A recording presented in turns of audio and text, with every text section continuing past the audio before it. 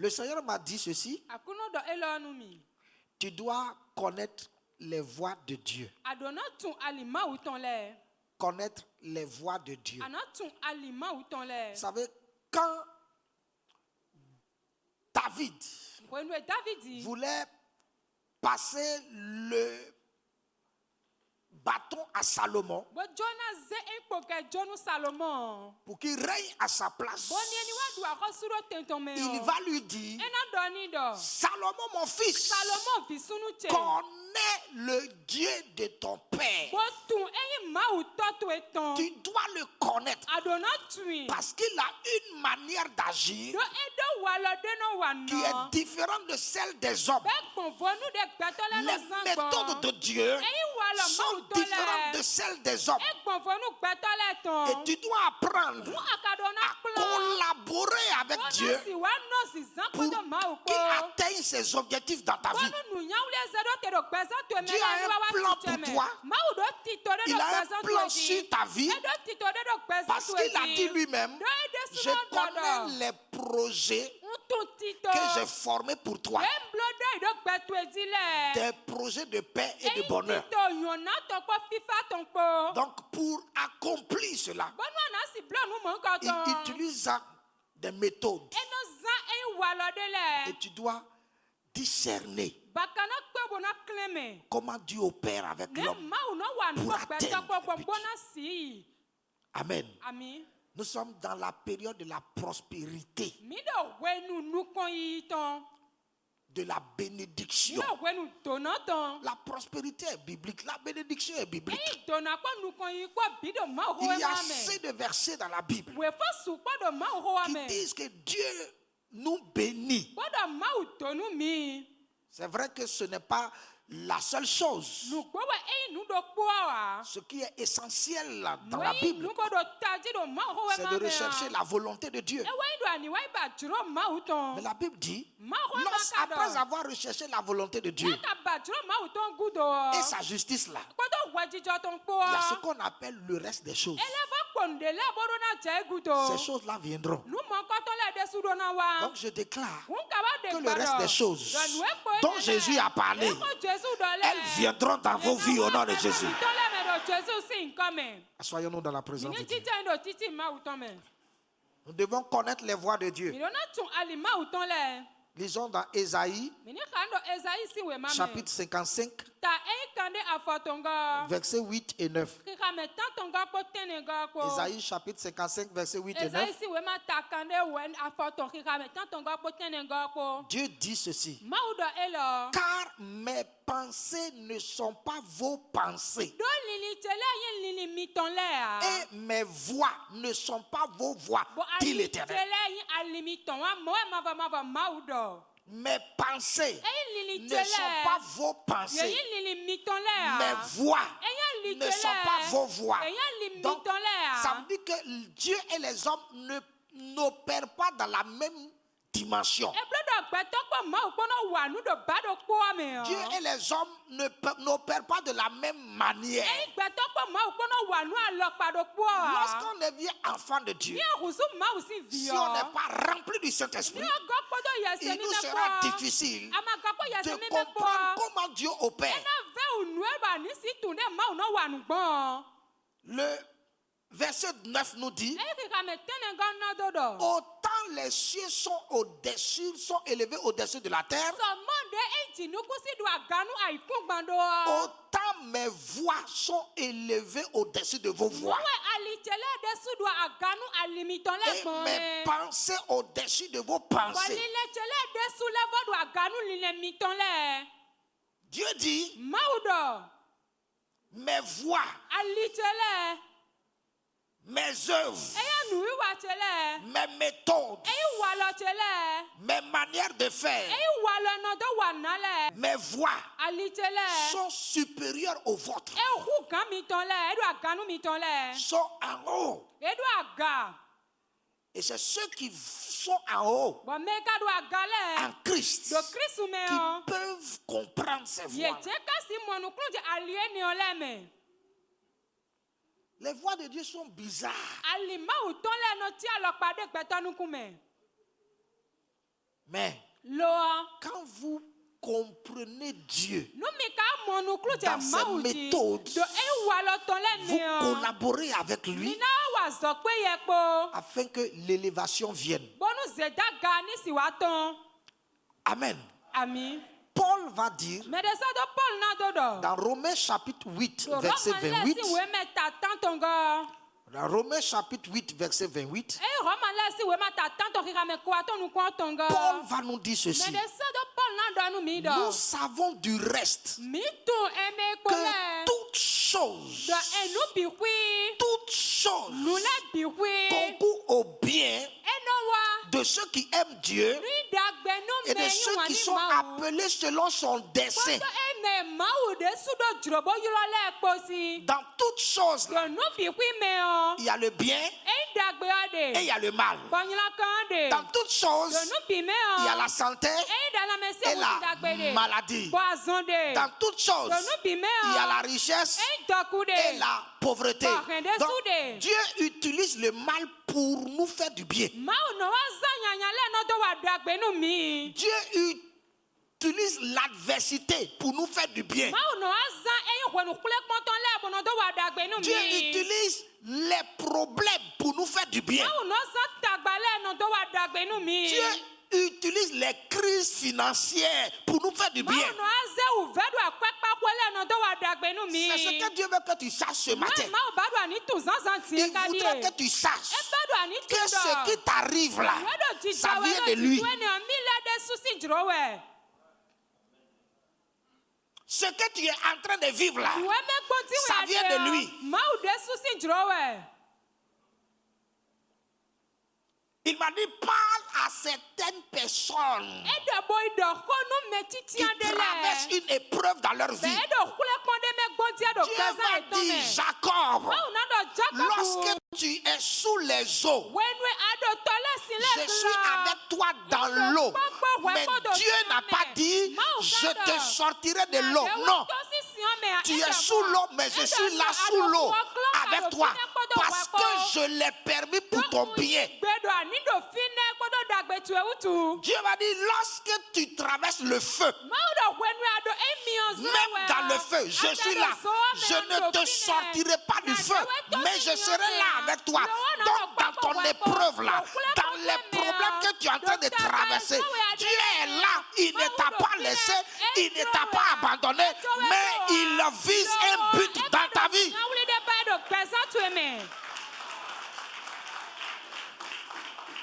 Il vise un but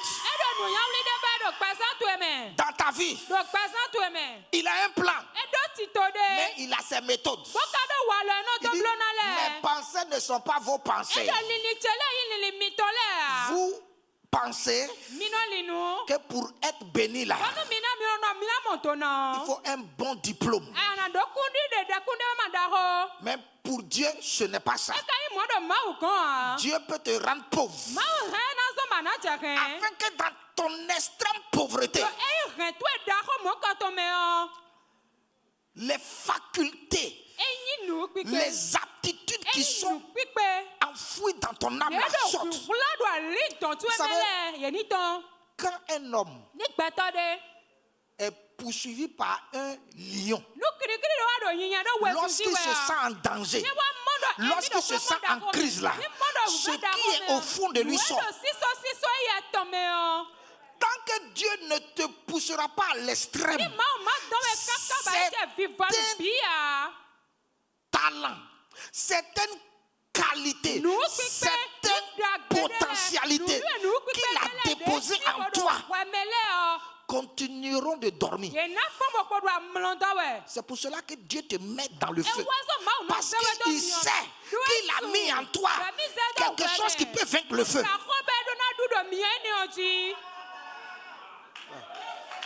Il sait ça.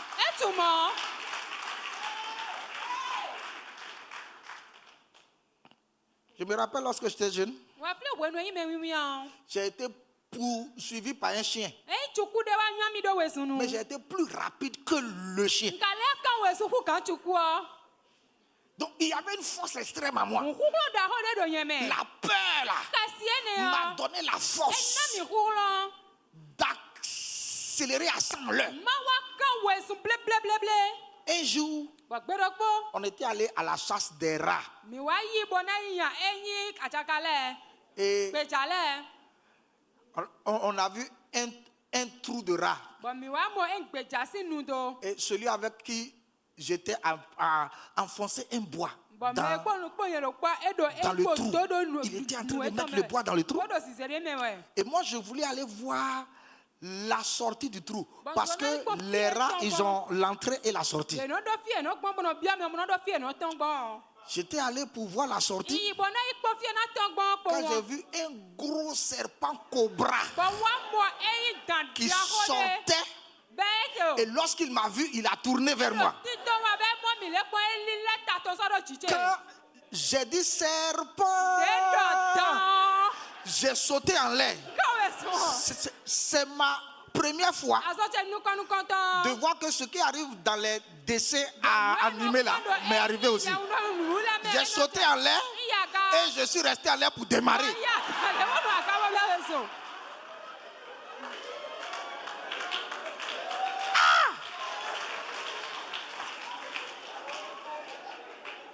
J'ai tellement filé. C'est comme si je courais sur les zèbres.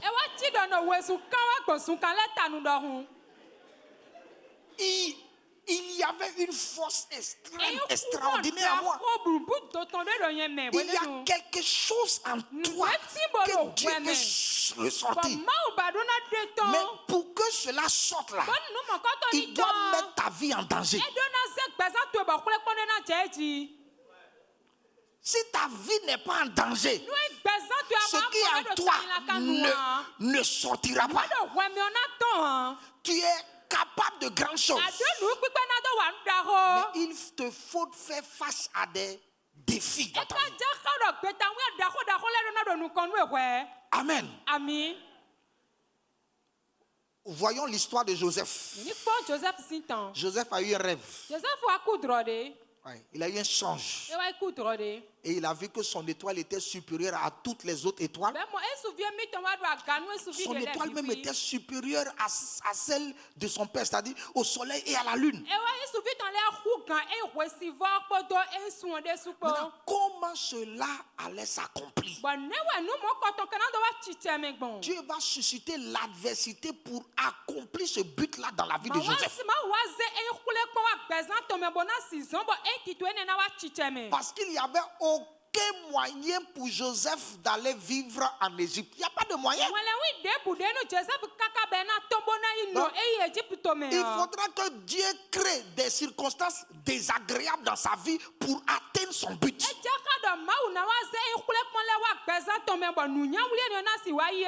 Nous pouvons lire dans la Bible, dans Genèse chapitre 50, le verset 20. Genèse chapitre 50, verset 20. Nous allons voir.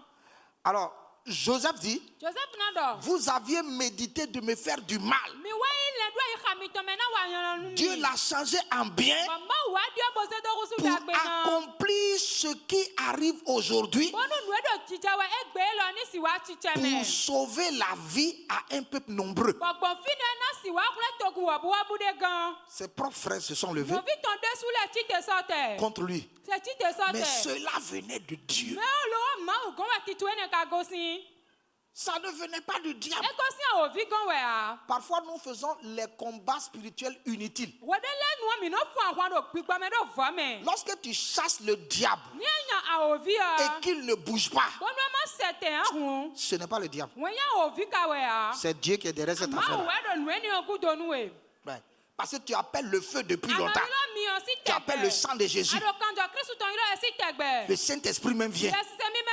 Mais la chose ne bouge pas. Tu es dans la même épreuve, dans le même problème. Et tu vas commencer à aller d'homme de Dieu en homme de Dieu. Et le problème demeure le même. Le diable n'est pas là. Tu dois apprendre à collaborer avec les méthodes de Dieu. Dieu a ses pensées. Dieu a ses voix. Donc, Joseph n'avait pas compris tôt que c'était la main de Dieu. C'est Dieu qui a suscité ses propres contre lui. C'est Dieu qui a fait qu'il soit vendu même aux Ismaélites. C'est Dieu qui a permis qu'il devienne l'esclave de Potiphar. Et Joseph était là dans la maison de Potiphar. Malgré les malheurs qu'il avait rencontrés dans sa vie, Joseph avait tout fait pour garder son cœur en bon état.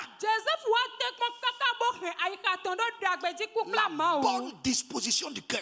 C'est-à-dire même étant dans la maison de Potiphar, il servait de tout son cœur. Combien de cœurs sont remplis de haine ce matin? Remplis d'amertume ce matin. À cause de ce que vous avez eu à traverser. Parce que vous n'avez pas compris les méthodes de Dieu. Et vous êtes en train de vous en prendre aux hommes. C'est à cause de lui. Il est mauvais. C'est lui qui m'a fait taire. C'est lui qui m'a fait ci. Ne sais-tu pas que Dieu peut utiliser les hommes en mal vers toi pour te faire du bien? Les pensées de Dieu ne sont pas celles des hommes. Malgré que Joseph avait un bon cœur, dans la maison de Potiphar, sa femme lui tend un piège. Et puisqu'il n'a pas accepté, il se retrouve encore en prison. C'est quoi ça? Quel malheur! Il devait prendre autorité sur le diable. Tous les démons de mon père qui sont derrière moi depuis, les démons de ma maman, elle est restée dans les liens des alliances, qui sont derrière moi, et je n'ai pas la paix dans ma vie jusqu'aujourd'hui.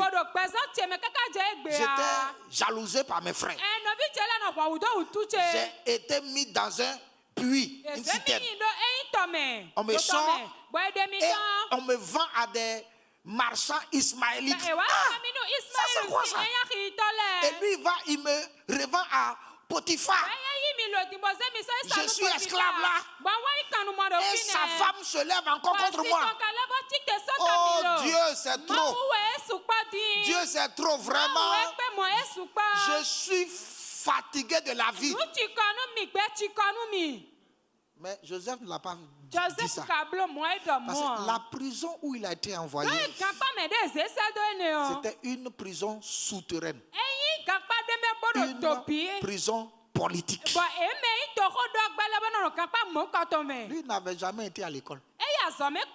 Or, dans son étoile, il devait être comme un premier ministre. Quelqu'un qui n'a jamais été à l'école. Un berger. Dieu l'a envoyé en prison. Dans la prison là-bas, il avait un bon cœur. Il priait. Il cherchait Dieu. Et là, il y avait les chansons du roi. C'est-à-dire celui qui sert le vin au roi. Qui était là.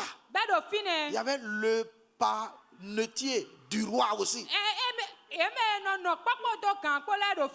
Celui qui vend du pain, celui qui donne le pain au roi. Donc il y avait des personnalités politiques dans la prison. Le temps que Joseph a fait là dans la prison, lui a donné une formation politique. Ta souffrance est une formation. L'épreuve que tu es en train de traverser est une formation. Dieu est en train de te préparer pour de grandes choses. Il te prépare pour de grandes choses. Et après cette formation, le miracle se produira dans ta vie. Ouais. Il y a les chansons qui a fait rêve. Le panetier aussi a rêvé. Et Joseph a interprété le rêve. Il a dit il y a un qui sera exécuté et puis l'autre sera restauré dans ses fonctions. Et il dit à celui qui sera restauré dans ses fonctions là, arrivez là-bas, parle de moi au roi. Cet homme-là va, lorsqu'on le restaure, il oublie Joseph. Ah, malédiction. C'est quoi ça? J'aide les gens. J'ai une onction, j'ai une grâce. Mais il m'oublie. Ce que tu aides là, il t'oublie. Et tu prends ça comme une malédiction. Ah, ça ne va pas. Seigneur, pourquoi moi? Mais il y a un temps pour toute chose. Il y a un temps pour pleurer.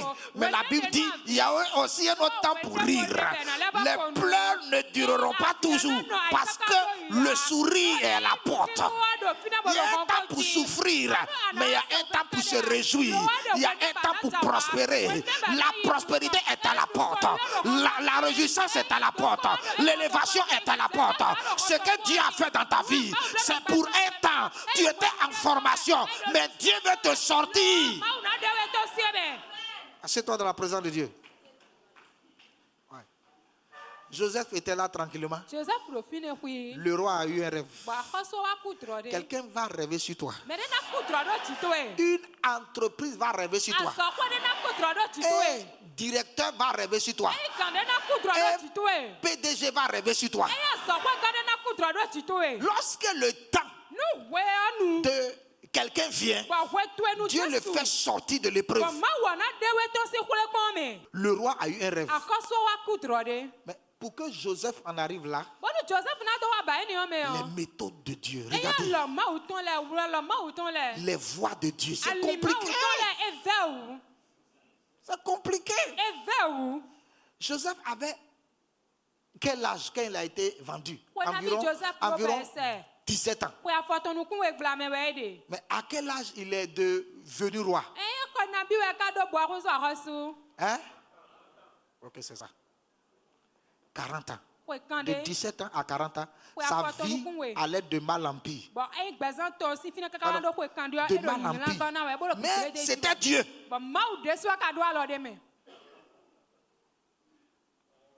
Pourquoi te plains-tu? Pourquoi te lamentes-tu? Pourquoi es-tu dans l'amertume? Dieu te dit ce matin, je suis avec toi. Je marche avec toi. Et je ne t'ai point oublié. Je ne t'ai point laissé. Je suis à côté de toi. J'avance avec toi. Parce que dans mon royaume, les choses ne se font pas comme dans le royaume des hommes. Mes pensées ne sont pas vos pensées. Mes voix ne sont pas vos voix. J'ai une manière d'agir qui n'est pas la vôtre. Collabore avec moi. Collabore avec moi. Marche avec moi. Marche avec moi. Je te sortirai de ce problème-là. Je te sortirai. Dieu te parle ce matin.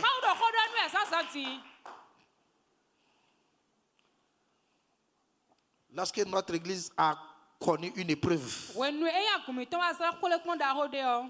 ça a mis un peu de temps avant que je ne comprennent que c'était Dieu. Ça ne venait pas du diable, c'était Dieu. Dieu avait tout bloqué pour sanctifier l'église.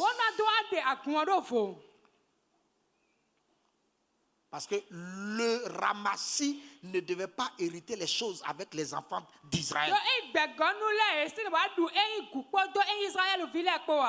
Juste après que Dieu ait purifié l'église, Dieu a commencé à ouvrir les portes afin qu'on s'installe dans d'autres endroits, afin qu'on prospère.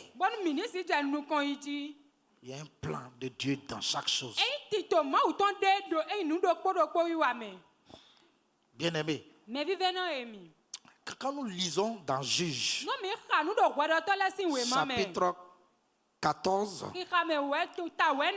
versets 1 à 4, Dieu travaillera avec Samson de façon bizarre. Il a dit, Samson descendit à Timna. Et il vit une femme parmi les filles des Philistins, les ennemis d'Israël. Lui, il voit une femme parmi les ennemis d'Israël, les ennemis de son papa, les ennemis de sa maman, les ennemis de son peuple. Et puis il aime cette femme-là. Samson, tu es fou ou bien quoi? Lorsqu'il fut remonté, il déclara à son père et à sa mère et dit, j'ai vu à Timna une femme parmi les filles des Philistins. Prenez-la maintenant pour ma femme. Sacrilège.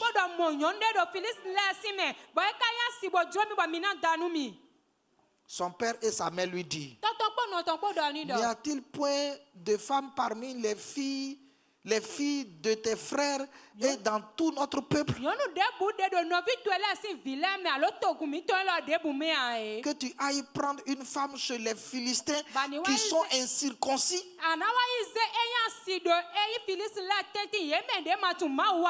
Et Samson dit à son père, prends-la pour moi car elle me plaît.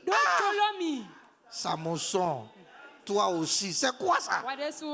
Maintenant, verset 4. Son père et sa mère ne savaient pas que cela venait de l'Éternel. Comment Dieu va faire ça?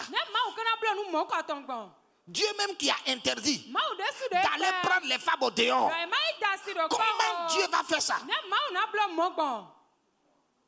Dieu a des voies qu'on ne peut pas comprendre. On lit. Car Samson cherchait une occasion de dispute de la part des Philistins. En ces temps-là, les Philistins dominaient sur Israël. Donc c'était pour la délivrance d'Israël que Dieu a mis cela dans le cœur de Samson. Hey, est-ce que tu peux acclamer Dieu?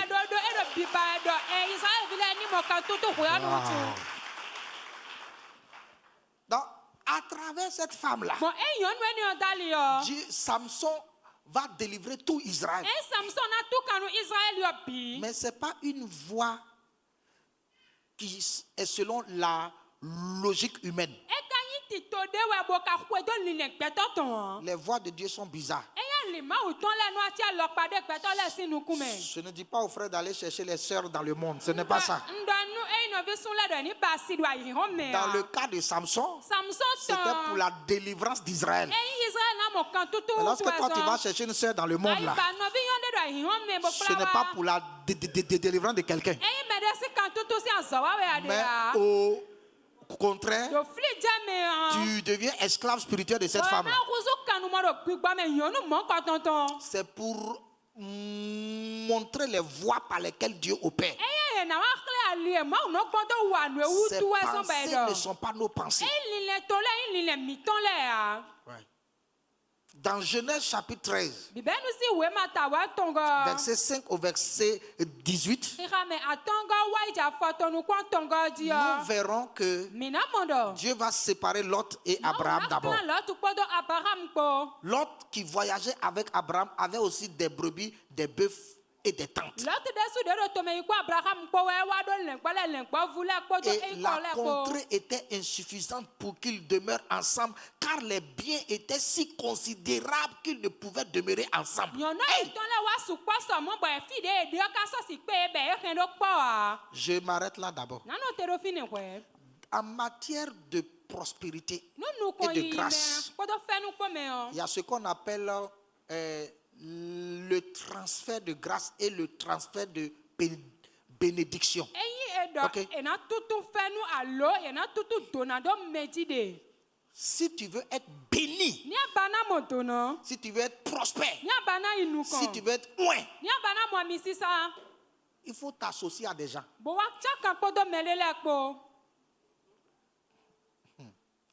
Lot est un pauvre. Abraham était riche. Mais le fait que Lot ait côtoyé Abraham, ça a changé son destin. Parce que Abraham était l'homme de la promesse, l'homme de la grâce. Et Lot s'est associé, Lot s'est mis avec lui. La bénédiction est contagieuse. La prospérité est contagieuse. L'onction l'est également.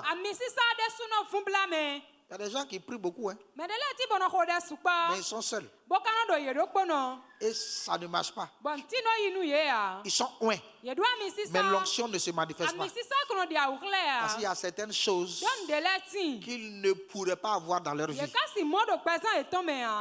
Je reconnais que l'onction qui se manifeste, c'est-à-dire ce n'est pas lorsque les gens tombent, tout ça, c'est pas ça. L'onction, c'est la capacité de pouvoir faire des choses concrètes. Okay?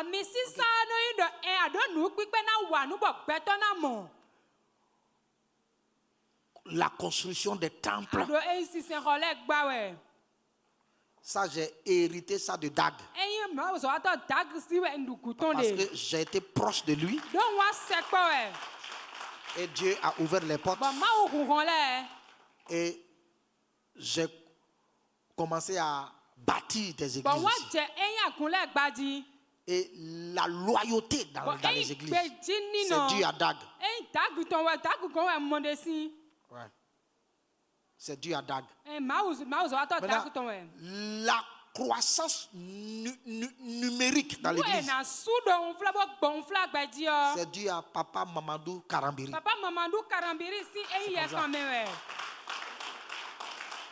C'est important. Parce que j'ai été proche de lui. Je suis proche de lui, je vais le voir. Il faut côtoyer les hommes loin dans certains domaines.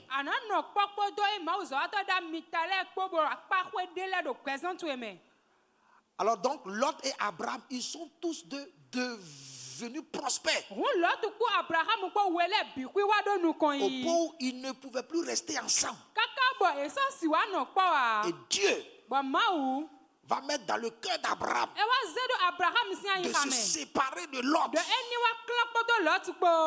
C'est-à-dire, Dieu voulait accomplir la bénédiction prononcée sur Abraham, mais il exige la séparation d'abord.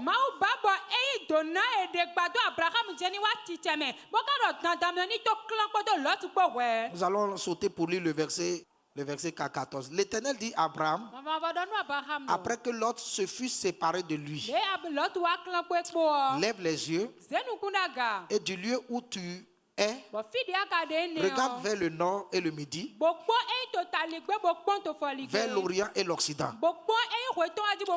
Car tout le pays que tu vois, je te le donnerai à toi et à ta postérité. Donc ça veut dire que le fait qu'Abraham soit avec Lot l'avait aveuglé. Ça fait un. Le fait qu'Abraham soit avec Lot empêchait Dieu d'accomplir la promesse dans sa vie. La méthode que Dieu va utiliser pour accomplir la promesse dans la vie d'Abraham, c'est la séparation d'avec un parent, un parent proche.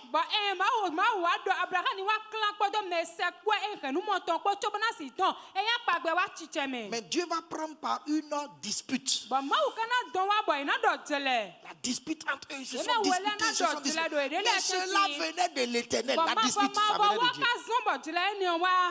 Et ils se sont séparés. Dès qu'ils se sont séparés, Dieu maintenant parle à Abraham. Il dit à Abraham, au fait, là où tu étais là, c'était de ça que je t'avais parlé depuis. Mais tu ne le savais pas. Donc, là où tu te trouves, c'est ici que ta postérité habite. C'est là, Canaan. Waouh! Waouh! Dieu utilise des méthodes bizarres. Même la même chose aura lieu dans la vie de Paul. Il y aura une dispute entre Paul et Barnabas. Et Dieu occasionnera cela pour que le ministère de Paul émerge. Dans Actes chapitre 15, verset 37, à partir du verset 37. Actes chapitre 15, à partir du verset 37. Barnabas voulut amener aussi Jean, surnommé Marc. Mais Paul jugea plus convenable de ne pas prendre avec eux celui qui les avait quittés depuis la Pamphylie et qui ne les avait point accompagnés dans leurs œuvres. Ce dissentiment fut assez vif pour être cause qu'ils se séparaient l'un de l'autre. Et Barnabas, prenant Marc avec lui, s'embarqua pour l'île de Chypre. Paul fit le choix de Silas et partit recommandé par les frères à la grâce du Seigneur. C'est comme ça. C'est comme ça. Dieu a utilisé une dispute. Ça venait de Dieu. C'est pourquoi avec Dieu là, on doit être sage. Tout ne vient pas du diable. On doit être sage. Dieu a utilisé la dispute là. C'est-à-dire, il a utilisé le mal pour faire du bien. La dispute n'est pas une bonne chose. Mais Dieu voulait que Paul et Barnabas se séparent. Parce qu'il avait prévu un grand ministère pour Paul. Et aussi longtemps que Paul sera avec Barnabas, son ministère ne va jamais émerger. Donc, il y a des gens avec qui tu dois te séparer. C'est dur, c'est difficile. Mais Dieu va créer des choses entre vous. Et quand tu te sépareras de ces gens-là, ta vie va éclore. Ta vie va prospérer. Amen. Amen. Nous devons connaître les méthodes de Dieu. Nous devons connaître les voies de Dieu. Donc ce qui se passe avec toi, Dieu est derrière. Parce que Dieu veut t'amener quelque part. Le Seigneur Jésus lui-même, il a été souverainement élevé après les épreuves. Il a été tellement éprouvé par les hommes. Ceux à qui il a fait du bien. Tous ceux-là se sont retournés contre lui. Ils ont dit, crucifions-le, crucifions-le. Mais la Bible dit que Dieu l'a souverainement élevé après ça. Parce qu'il devait passer par là. Ne rejette pas les méthodes de Dieu dans ta vie. Ne rejette pas les méthodes de Dieu. Soumets-toi. La Bible dit humiliez Tenez-vous sous la main puissante du Seigneur. Il y a certaines choses que tu es en train de vivre. Mais c'est la main de Dieu qui est sur toi. Humilie-toi sous la main du Seigneur. Et au temps convenable, il t'élèvera. Parce que Dieu veut changer des choses dans ton cœur. Il veut changer des choses dans ton comportement. Il veut changer des choses dans ta vie. Et il envoie des circonstances. Le Seigneur me dit de te dire, accepte ses voies. Accepte ses voies. Accepte ses manières de faire. Mais il a un plan. Celui de t'élever. Celui de t'élever. Et je suis convaincu que si tu es humble et que si tu collabores avec lui, il t'élèvera. Joseph s'est humilié. Mais après Dieu l'a élevé. Et il est devenu une source de bénédiction pour ses frères.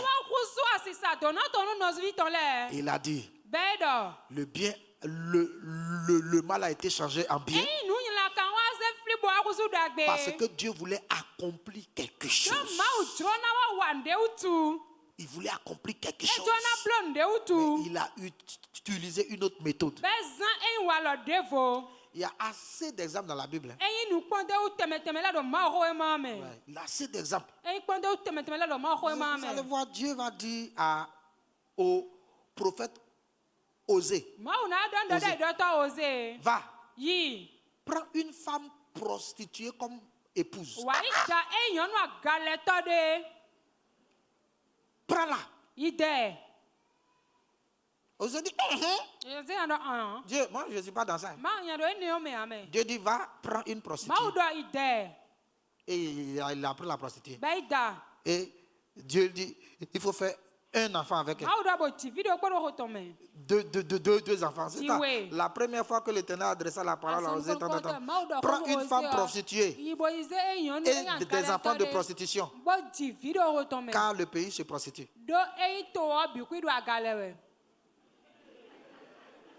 Ouais, non. Et puis il va faire enfant avec la femme prostituée. Et quand il va faire l'enfant, le premier enfant aura un nom spécial. Il va faire un autre enfant. Il va faire un troisième enfant. Et quand Israël va voir ça, Israël va se repentir. Ça, c'est des domaines prophétique. Je ne te dis pas si tu vas prendre femme prostituée, tu auras trop de problèmes. Voilà. C'est pour dire que les méthodes de Dieu sont un peu bizarres. Dieu va dire à Esaïe, baisse ton pantalon et marche fesses nues dans les rues. Donc Esaïe a baissé pantalon. Et puis il marchait comme ça. Tout le monde voyait ses fesses. Et c'est ça qui a amené Israël à la repentance.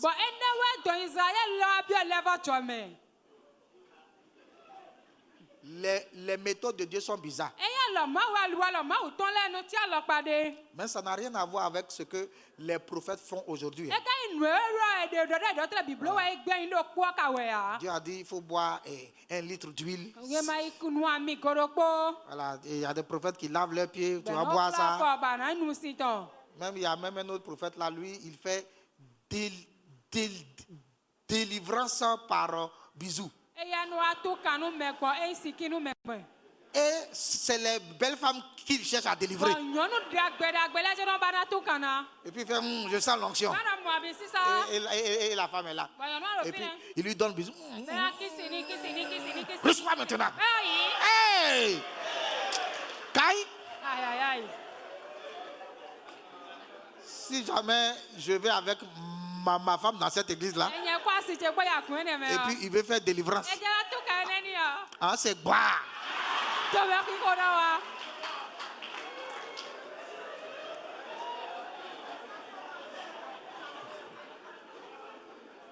Donc vous voyez, Ça, c'est pas les choses bizarres. Non. C'est pour dire quoi? Ce qui nous arrive, les choses bizarres qui nous arrivent, on ne doit pas toujours voir le diable derrière. Il y a ce qu'on appelle en grec le dokimazo et le peratzo. Le dokimazo, c'est l'épreuve. Ça vient de Dieu. Dieu peut te prouver dans des situations désagréables. Le peratzo, ça vient du diable. Le diable te tente pour te faire du mal. Mais Dieu te tente comme un examen pour que tu ailles en classe supérieure. Mais lorsque le diable te tente, c'est pour que tu tombes et que tu n'avances pas. Les deux sont des tentations. Dieu tente, le diable aussi tente. Mais la tentation de Dieu, on l'appelle épreuve. Et celle du diable, on l'appelle tentation. Mais les deux sont des tentations. Donc, ce que tu es en train de vivre peut être une autre tentation venant de Dieu pour que tu sois fort et que tu avances. Même tu peux recevoir cela de la part des frères et sœurs dans l'église. Dans l'église, la part des frères et sœurs dans l'église. Mais c'est Dieu qui passe par eux pour le faire. Afin que tu sois solide dans la foi. Il y a des gens qui aiment facilement se décourager. Ah, tel m'a dit ça, tel m'a regardé de cette manière-là, tel a eu tel comportement. Si tu ne traverses pas ces choses-là, tu ne pourrais pas être un enfant mature dans la foi. Tout enfant qui ne prouve pas des épreuves, qui ne traverse pas des épreuves, tout enfant qu'on garde en soigne et puis on ne le frappe pas, il ne passe pas par des situations, n'est pas formé. Je vous dis la vérité. C'est parce que nous, on est né au village. On est né au village. Donc très tôt, on sortait pour labourer la terre. Et donc, aujourd'hui, on peut faire face à toutes les situations de la vie. Mais vous allez voir les jeunes d'aujourd'hui. Un petit problème les fait pleurer. Il pleure. Devant les petits trucs, ils pleurent. C'est parce qu'ils ne sont pas formés. Dieu veut te former. Accepte les méthodes de Dieu. Que le Seigneur bénisse sa parole au nom de Jésus Nazareth.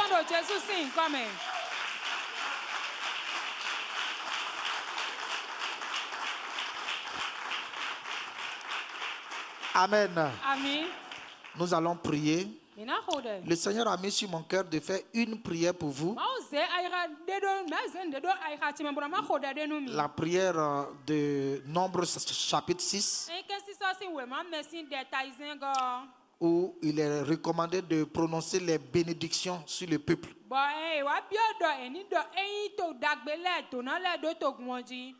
Nombre chapitre 6 à partir du verset 22.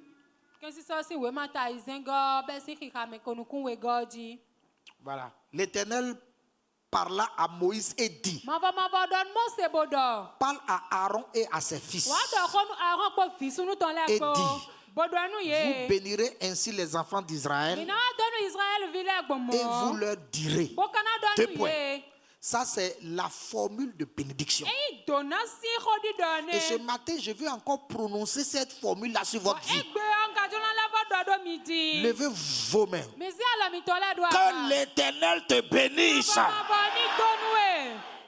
et qu'il te garde. Que l'Éternel fasse lui sa face sur toi au nom de Jésus.